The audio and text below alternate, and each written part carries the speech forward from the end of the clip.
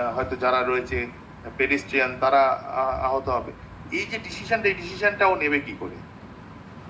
এই সম্বন্ধে আপনাদের আমি আপনারা বলতে পারেন যে আপনাদের কি ধারণা যে এইরকম ডিসিশন তো সে নেবে কি করে? সে তো একটা আর্টিফিশিয়ালি ইন্টেলিজেন্ট মেশিন, কিভাবে নেবে? আপনাদের কোনো আইডিয়া আছে কি?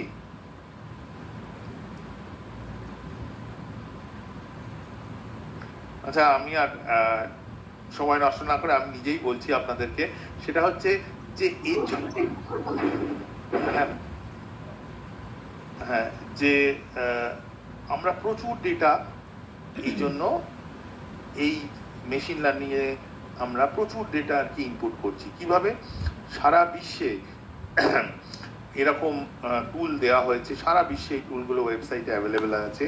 তো এখানে বিভিন্ন রকম সিমুলেটেড এনভায়রনমেন্ট দেওয়া আছে। এইরকম ধরুন একটা সিচুয়েশন হলো যে যে সিচুয়েশনটার কথা আমি বললাম, সেখানে আপনি যদি গাড়ি চালান তাহলে আপনি কি করবেন? আপনি হয়তো আপনি ওই ডেটাটা দিলেন, আমি ওই ডেটাটা দিলাম, ধরুন জাপানে বসে যে আছে সেও একটা ওই ডেটাটা দিল, ইউএসএ তে একজন দিল, স্পেনে একজন দিল, যেখানে আফ্রিকাতে একজন দিল, যে যেখানে পাচ্ছে সে দিল, নানান রকম। এবং কলকাতাতেই হয়তো ধরুন 100 জন 100 রকমের ডেটা দিতে পারে। এবং এই যে টিচ করা মেশিনকে, এই জিনিসটা কিন্তু অল ওভার ওয়ার্ল্ড আছে। এবং গভর্নমেন্টেরও এখানে ইনিশিয়েটিভ আছে, কারণ গভর্নমেন্ট চাইছে যে ধরুন আমরা সেলফ ড্রিভেন কার আমরা কান্ট্রিতে ইন্ট্রোডিউস করব। তাই জন্য গভর্নমেন্ট কি করেছে, যারা ধরুন বাডিং বাচ্চারা, অর্থাৎ ধরুন সিবিএসসি তে ক্লাস 11-12 তাদেরকে বাধ্যতামূলক এই প্রজেক্টটা দেওয়া হয়েছে, এবছরই দেওয়া হয়েছে। আমি মানে নিজে বিভিন্ন স্কুলে এগুলো দেখিয়ে এসেছি। তো এই রিসেন্টলি কেন্দ্রীয় বিদ্যালয়ে গিয়েও দেখিয়ে এলাম। তো এরা কি করছে, এদেরকে প্রজেক্ট হিসেবে এটা দেওয়া হচ্ছে। এটা এই বিভিন্ন এনভায়রনমেন্ট, এখানে আপনি এক একটা স্টুডেন্ট সে হয়তো এরকম 50টা ডিফারেন্ট এনভায়রনমেন্ট পাচ্ছে। সেই এনভায়রনমেন্টের ওপর সে হলে কি ডিসিশন নিত সেই ডেটাটা সে ইনপুট করে দিচ্ছে। এরকম কিন্তু সব দেশে হচ্ছে, সব দেশ থেকে এই ডেটাটা যাচ্ছে এবং এই ডেটাটা ফিড হয়ে যাচ্ছে এবং এটা একটা সার্ভারে রাখা হচ্ছে। এবং একটা নয়, এরকম বেশ কিছু অত্যন্ত হাই কোয়ালিটি সার্ভারে এটা থাকছে অ্যাক্রস দ্য গ্লোব। লোকাল সার্ভারসও থাকছে, অর্থাৎ ক্যাটেগরাইজেশন, অর্থাৎ ইন্ডিয়ানদের কি ধরনের চিন্তা ভাবনা, জাপানিজদের কি ধরনের চিন্তা ভাবনা, ইউরোপিয়ানদের, আমেরিকানদের সব যে ডিফারেন্ট, সেগুলোকে ক্যাটেগরাইজ করা হচ্ছে। কিরম এজের লোক ডিসিশন নিচ্ছে, অর্থাৎ ওনার কিরকম সেই এজ, সেই ক্যাটেগরাইজেশন করছে। এবং এই ভাবুন যে এই মারাত্মক রকমের বিরাট বড় ডেটাটাকে এআই ওই ইমিডিয়েটলি যখন এই সিচুয়েশনটা পাচ্ছে, সেই ইমিডিয়েটলি কিন্তু অ্যানালিসিস করে দেখে নিয়ে সেই ডিসিশনটা নিচ্ছে। ধরুন মানে যে এক্সাম্পলটার কথা আমরা বললাম, সেখানে হয়তো আপনি হয়তো ভাববেন যে আমি সোজা গিয়ে ধাক্কা মারবো, কিন্তু আমি হয়তো দেখছি যে ফুটপাতে যে ছেলেটি দাঁড়িয়ে আছে সে হয়তো একটা হাতে বল নিয়ে একটা ড্রপ দিচ্ছে। তো আমি বুঝতে পারলাম যে তার মানে এ হচ্ছে কোনো একটা প্লেয়ার বা কিছু, বা তার মানে এ অনেক অ্যাজাইল। অর্থাৎ আমি যদি গাড়িটা ঘুরিয়েও তার দিকে দিই, সে হয়তো বিপদ বুঝে লাফিয়ে সরে যেতে পারে।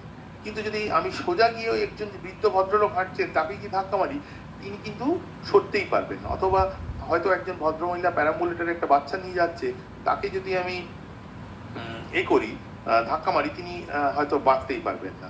কিন্তু আমি যদি ওই ইয়াং ছেলেটিকে চেষ্টা করি, তাহলে হয়তো, এটা হয়তো আমার ব্যক্তিগত মত। আবার হয়তো আরেকজন ভাববেন, ও বাবা, বৃদ্ধ ভদ্রমহিলা, উনি তো বৃদ্ধ ভদ্রলোক, উনি তো বহু বছর হয়েই অনেকদিনই বেঁচে আছেন, বাচ্চা ছেলেটাকে কেন আমি আঘাত করব, তার থেকে আমি ওনাকে।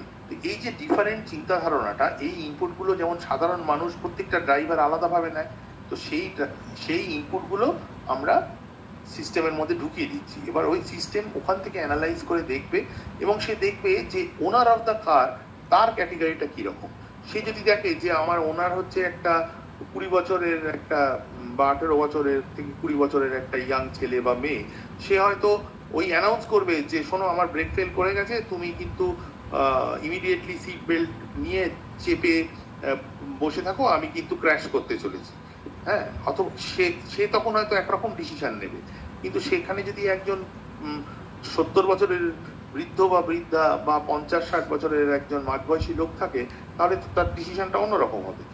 এই যে ডিফারেন্ট ডিসিশনটা সেইগুলো হচ্ছে এআই নিতে পারে, এবং সেটাই আমরা এই টেসলার অটো পাইলটে ইউজ করার চেষ্টা করছি, এবং এটা হয়তো কিছুদিনের মধ্যেই ইমপ্লিমেন্ট হবে।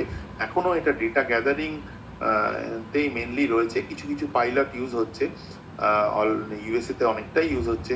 মানে ইউএসএ তে ধরুন আমরা যখন মলে যাই, ধরুন বৃষ্টি পড়ছে, আমি মলের মধ্যে রয়েছি, তো আমি জাস্ট মোবাইল বা আমার স্মার্ট ওয়াচ থেকেই আমি পার্কিং থেকে ওকে ডেকে নিলাম, ফলে তো আমাকে পার্কিং প্লট অব্দি বৃষ্টির মধ্যে যেতেই হলো না, ও একদম সোজা ভেতরে চলে এলো, আমি গাড়িতে উঠে গেলাম। এটা পসিবল। আমাদের কলকাতার মতো জায়গায় যদি হয়, আজকে আমরা যখন ডালহাউসিতে যাই, সেক্টর 5-এ যাই, যেখানে খুব কনজেস্টেড এরিয়া, সেখানে তো আমরা পার্কিংই করতে পারি না। তো সেখানে আজকে সেটা প্রয়োজনই হবে না। আজকে যেখানে ফাঁকা জায়গা আছে সেখানে আমাকে নামিয়ে দিয়ে গাড়িটা সেখানে গিয়ে পার্ক করতে পারে। আবার আমার যখন আমি দেখলাম যে হ্যাঁ ঠিক আছে, যেখানে গিয়ে পার্ক করেছো আমায় জানিয়ে দিল যে আমার তোমার কাছে যেতে 10 মিনিট লাগবে, আমি 10 মিনিট দূরত্বে পার্ক করেছি। তো আমার যখন টাইম আসবে, আমি 10 মিনিট আগে ওকে বললাম, ও 10 মিনিট আগে চলে এলো, আমি সেটাতে উঠে পড়লাম। তো এই যে ব্যাপারগুলো, এগুলো আমাদের লাইফকে কত ইজি করে দিতে পারে। আবার এর মধ্যে অনেক সুবিধা অসুবিধা অনেক রকমও আছে, যে ধরুন এর জন্য ইনফ্রাস্ট্রাকচার সেরকম চাই, নেট কানেকশনটা সেরকম স্ট্রং হতে হবে, হ্যাঁ, রাস্তাতে এই যে জ্যাম হচ্ছে সে সম্বন্ধে আমার পুরো আইডিয়া থাকতে হবে আমাকে। এই জন্যই কিন্তু আমরা এইসব ট্রেনিংগুলো, অ্যাওয়ারনেসগুলো করার চেষ্টা করছি। Government of India AI for youth বলে একটা প্রোগ্রাম তৈরি করেছে, যেটা নীতি আয়োগ করছে। তো সেখানে আমরা ইউথদের শেখাচ্ছি ছোট থেকে। ইনফ্যাক্ট আমার নিজেরই ক্লাস 1 থেকে ক্লাস 12 অব্দি এআই এর বই বেরোচ্ছে। সেখানে তার কারণটা কি, বেসিক্যালি আমরা ছোট থেকে লোকদের বোঝাবার চেষ্টা করছি যে জিনিসটা এমন কিছু ব্যাপার না, তোমরা যদি প্রথম থেকে শেখো তাহলে ব্যাপারটা বুঝতে পারবে। তার জন্য কি কি বুঝতে পারবে, মানে এর জন্য তোমাকে কোডিং জানতে হবে তা কিন্তু নয়। এখন কিন্তু সব নো কোড, অর্থাৎ আপনি এআই টুলকে বোঝাবেন, সে নিজেই বুঝে সেই কোডটা লিখবে। আস্তে আস্তে দেখবেন পৃথিবী থেকে কোডিং ব্যাপারটাই চলে যাচ্ছে। যাই হোক, আমরা চলে আসি নেক্সট পয়েন্টে, উবেরের ক্ষেত্রে ধরুন আজকে আপনি এখান থেকে ধরুন আপনি থাকেন শ্যামবাজারে, আপনি যাবেন নববাড়িগঞ্জ কলেজে, তো আপনি একটা উবের বুক করছেন। সকালবেলা 8টার সময় যখন আপনি কলেজ যাবেন বলে বুক করছেন, তখন হয়তো দেখাচ্ছে একরকম ভাড়া, কিন্তু আপনি যখন 6টার সময় আসছেন তখন হয়তো দেখাচ্ছে অন্যরকম ভাড়া। তো সেটা কি করে পসিবল? তার কারণ হচ্ছে আপনি যখন যাচ্ছেন তখন অফিস টাইম, তখন demand is more, supply is less, তখন ওর ডিমান্ড আর সাপ্লাইয়ের যে রেশিও সেই অনুযায়ী একটা সার্চ প্রাইসিং বানাচ্ছে।